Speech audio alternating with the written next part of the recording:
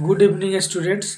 आज की वीडियो में मैं आप लोगों को बहुपद का घात कैसे लिखेंगे, बहुपद का घात जो है कैसे निकलेगा, है ना।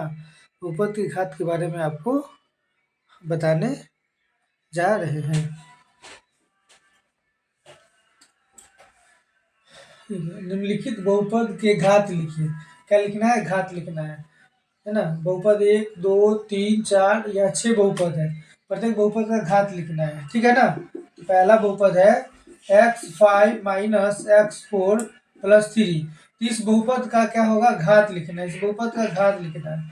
तो ध्यान रखना है कि बहुपद का घात जो होगा, चर मान के जो है, चर मान का जो अधिकतम पावर होगा, चर मान का जो सबसे माने सबसे ज्यादा मान जिसका होगा घात, वही उसका घात होगा। जैसे इस बहुपद में x5 माइनस x4 प्लस 3 है ना, तो इसमें जो है सबसे ज्यादा पावर 5 है, इसीलिए इस बहुपद का घात हो जाएगा, है ना।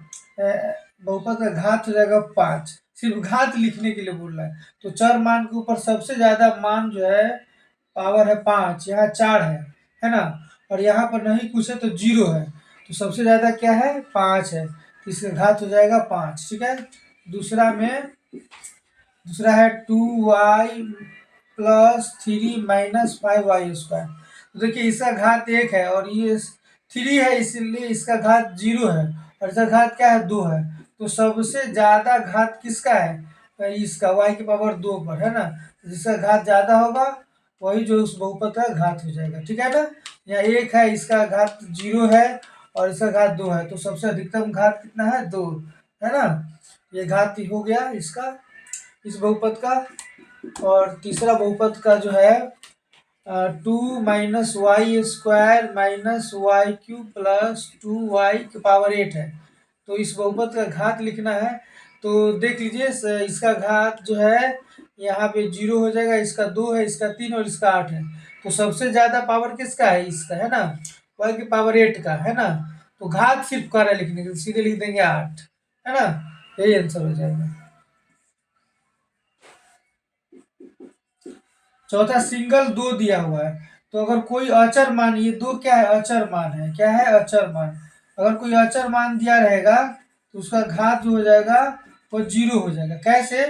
2 गुने y के पावर 0 कर दीजिए, ठीक है। तो 2 गुने y के पावर 0 का वैल्यू कितना होगा? 1। तो 2 इकाई 2 का 2 हो गया। तो अचर मान, कोई भी अचर मान का घात जो होगा वो 0 होगा। देखिए यहाँ पे 0 है ना।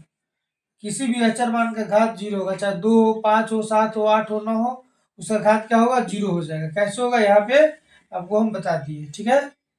और उसके बाद पांचवा नंबर है 3x प्लस 5। इस बहुपद का घात जो है क्या हो जाएगा? इस बहुपद का घात हो जाएगा, यहाँ पर देखिए पावर 1 है और यहाँ पर अचर मान है, तो इसका मतलब इसका घात क्या हो जाएगा? 0 हो जाएगा। तो घात क्या हो जाएगा यहाँ पर? 1। सबसे अधिकतम मान 1 है ना। तो जो है इसका घात 1 हो जाएगा, है ना। अब एक लास्ट क्वेश्चन है 6 नंबर। t² है, 3t माइनस 6 है, तो मल्टीप्लाई करेंगे 3t 2 पावर 1 कितना हो जाएगा? 3 हो जाएगा। मल्टीप्लाई करेंगे तो गुना में पावर जुड़ता है, तो आधार समान रहने पर गुना में पावर जुड़ता है, तो t² से t में गुना हो जाएगा, क्या हो जाएगा? तो t की पावर 3 हो जाएगा, है ना, माइनस 6t²। तो सबसे अधिकतम घात कितना है? इसका 3 है ना। इसका कितना हो जाएगा? 3, इसका आंसर हो जाएगा। घात बराबर कितना हो जाएगा? 3, ठीक है। यही आंसर है, ठीक है। Thank you.